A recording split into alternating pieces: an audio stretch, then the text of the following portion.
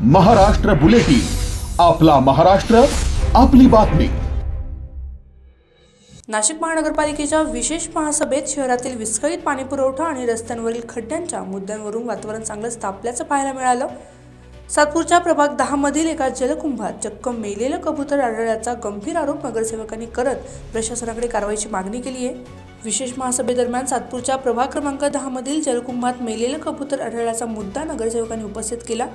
पिण्याच्या पाण्याच्या पाईपलाईनमधून काढलेल्या त्या कबुतराचा फोटो दाखवत नगरसेवकांनी महापौरांचे लक्ष वेधले आणि या प्रकरणाची तातडीने चौकशी करून जबाबदारांवर कारवाई करण्याची मागणी केली आहे।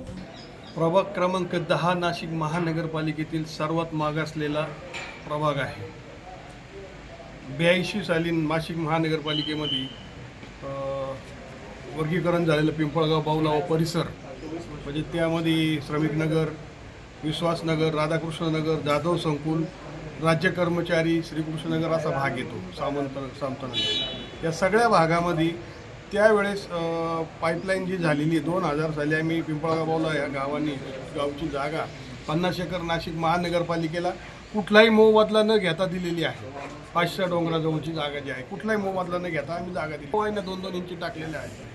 त्या लाईनीमध्ये आता 3-4 दिवसापासून पिष्ट यायचे म्हणून 2-3 ठिकाणी ते ओपन करून बघितलं आम्ही प्लंबरला घेऊन, तर त्यामध्ये ॲक्च्युली कबूतर आले आणि त्या कबुतरांचा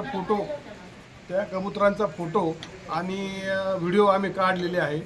प्लंबरने जे ओपन केलं त्याच्यात जेव्हा कबूतर आले ते लांब लचक असे फोटो दिलेला आहे। आता सगळ्यांना तो कबूतर आल्यानंतर ते लक्षात आलं का हे ओपन जी टाकी आहे आपली जलनगरी, मी सांगितलेलं आहे त्याला जाळी टाकून घेणे त्या पाण्याच्या टाकी वॉटर प्लॅन्टला, आणि त्याच्यानंतर इकडे ज्या पाईपलाईन जुन्या आहेत त्या नवीन मोठ्याला टाकून त्यात पाणी प्रेशरनी पाणी येत नाही आहे, काही ठिकाणी ते प्रेशरनी पाणी आलं पाहिजे।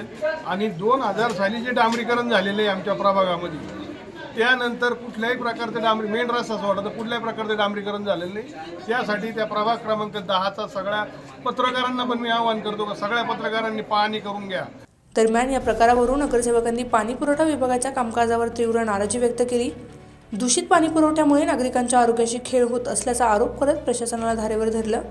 या प्रकरणात महापालिका प्रशासन नेमकी काय कारवाई करणार याकडे आता नागरिकांचे लक्ष लागलंय। Bureau report, Maharashtra bulletin, Nashik. Maharashtra bulletin, आपला महाराष्ट्र, आपली बातमी।